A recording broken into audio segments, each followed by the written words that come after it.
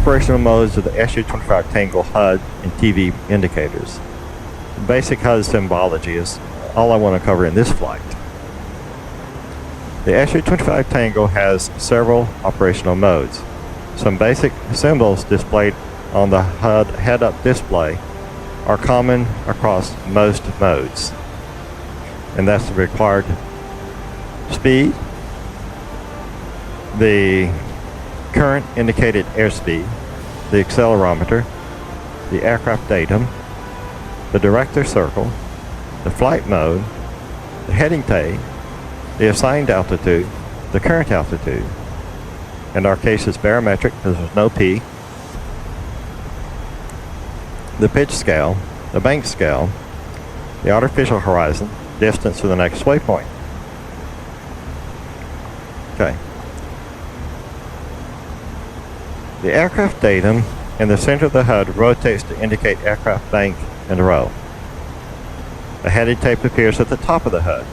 Tick marks are labeled in terms tens of degrees. Example, the number 35 indicates a heading of 350 degrees. Or in our case, about 7, 8, 9 degrees. The left of the heading tape is the indicated airspeed, IAS. The assigned airspeed for the next waypoint, depending on the operational submode, is shown directly above the IAS. An accelerometer is displayed under the IAS in the form of a bar scale and triangular marker. A marker to the right of center indicates acceleration, to the left of center, deceleration. Okay, cool. To the right of the heading tape is the current flight altitude in meters. At altitudes less than 1,500 meters above ground level, AGL, radar altitude is indicated with 1 meter accuracy. Above 1,500 meters, AGL, pressure altitude above sea level, ASL, is indicated with 10 meter accuracy. The assigned altitude for the next waypoint, depending on the operational submode, is shown directly above the current flight altitude. Cool. Go to the next page. When the aircraft is on the assigned flight path, the director circle is aligned with aircraft datum in the center of the HUD. When the aircraft flies away from the assigned flight path, the director circle indicates the direction to return to it, as we see. A pitch tape is located to the right of the aircraft datum. Aircraft pitch can be read from the tape with reference to the aircraft datum in the HUD. To the right of the pitch tape is a vertical velocity indicator, VVI. Aircraft rate of ascent or descent between plus and minus 30 meters is indicated by an arrow and a numeric value. The arrow stops at the VVI limit, and the numeric value flashes when the vertical speed exceeds 30 meters per second. So basically, as you can see, we got a 10 meter to 20 meter range, which is minus 10 to plus 20, and 30 meters. So I'm going to play with this. Take autopilot off. So as I pitch down and I exceed the 10 meters, I'm out of that range. Okay, 25 meters. Now I'm flashing because I'm above 30 meters per second. So I guess I'm really kind of wow. Then I'll pull up.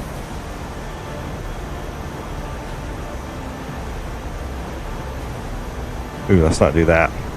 Now it's flashing because I'm exceeding it in the increase direction.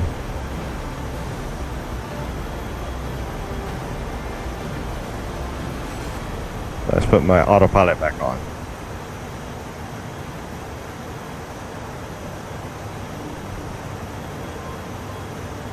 That's cool. I'm expecting the stick in the real world to be moving, and I'm trying to find it because In the virtual world it's moving, but in the real world it's not. That's pretty wild. Okay. Let's go back to my manual. The current operational flight mode is indicated in the lower left corner of the HUD, which we're in nav mode. And the distance to the next waypoint in kilometers is indicated at the bottom of the HUD, which we're there. Okay, navigation mode, which we're in navigation mode. The HUD provides navigation data en route. There are 3 navigation submodes. You have en route mode, which is what we're in, the MPW. The B3B, return to base mode. The NOC, landing mode. These submodes are selected automatically at appropriate points along the assigned flight path and can be also cycled manually by pressing the 1 key, or in my case, a particular HOTAS key. And I can do that now. If you see, I'm going to go turn the autopilot off because I don't want the autopilot taken off toward in a different direction. So as you can see, I'm now I'm in the return mode, and what this is doing is showing me the ADI, HSI, and the directed circle are showing me the direction to my programmed airport, and that would be airport 15. Okay, and then I can manually select the NOC mode, which of course I think is really confusing because I'm so far out and the airplane's like, do what? And the NOC is like the landing sub mode for ILS landing. So now let's go back to that turns them all off. And then I go back to the navigation en route mode. But as you see now, what's weird is my waypoint is 0. That was my departure airpoint, the beginning waypoint. So now, to get things back as they were, should be, I've got to cycle up to waypoint, what is it? Back to waypoint 6, my current waypoint.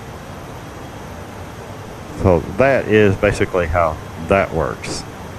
Okay, the en route submode features a director circle displayed in the HUD. It indicates the direction to the next assigned waypoint.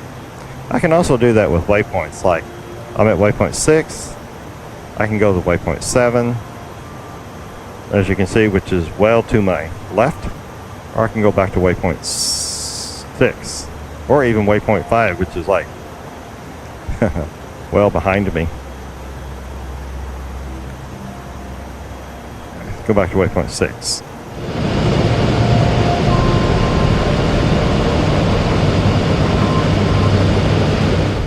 Okay, the assigned altitude and airspeed en route to the next assigned waypoint are displayed above the current altitude and airspeed in the HUD. So that's the assigned altitude, which is 7,000 meters, and the assigned airspeed en route to the next assigned waypoint are displayed above the current altitude and airspeed in the HUD. Basically, my flight plan has been flying at 7,000 meters at 530 knots indicated airspeed. Not true airspeed as what you actually put into the mission planner. I guess it converts it to indicated airspeed. The mission planner is the true airspeed, as you can see on the indicated airspeed indicator. The next waypoint number is indicated in the lower right below the pitch scale, which, as you can see, we're headed to waypoint 6.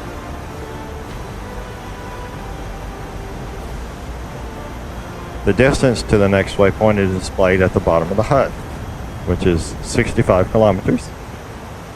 When the assigned waypoint is reached, the director circle automatically shows the direction to the one following, and the waypoint number in the lower right will advance.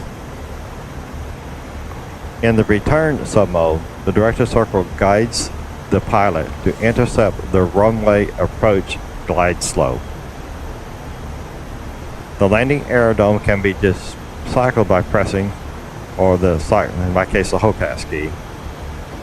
The aerodrome ID number is indicated in the lower right below the vertical velocity indicator. So basically, if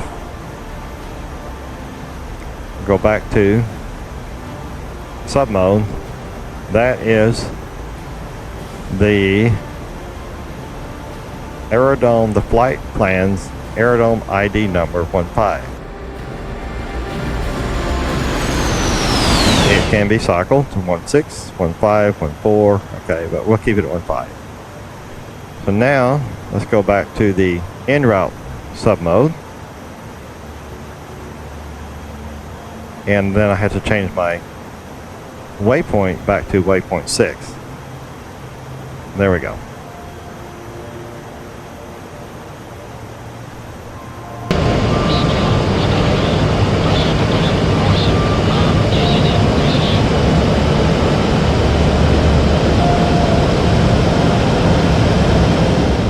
And that discusses the nav mode there. Okay, in the NOC landing submode, a glide slope error circle appears in the HUD. The aircraft is on the correct approach glide slope when the director and glide slope circles are both centered in the aircraft datum. And again, you only will get that, as same with the HSI glide slope and localizer bars, you only get that if you're flying into an airport with a PRMG beacon system installed. The director circle guides the pilot to intercept the desired glide slope. The aircraft is on the correct approach glide slope when the director and glide slope circles are both centered in the aircraft datum. The K and T indicates the presence of localizer and glide slope beacons respectively. And what kind of becomes confusing is that you can get the K indication even flying into a civilian airport without the PRMG. So it shows you that you think that you actually have got a lock on, but you don't. So that concludes that. Yeah, I'm getting kind of tired of talking. I've been talking this whole flight.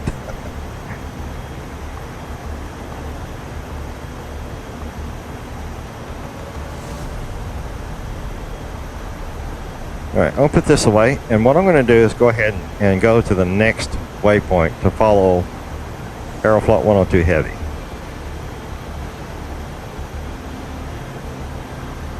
I'm going to go to waypoint 7.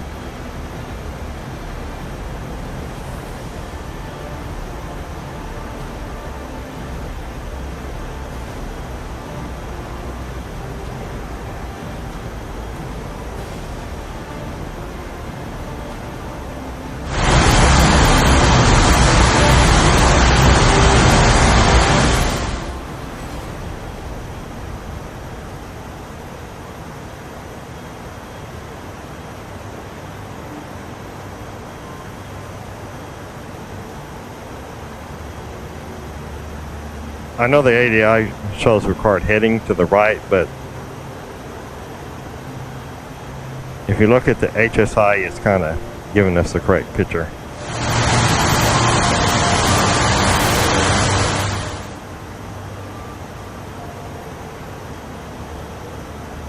And you see now the ADI kind of pops around.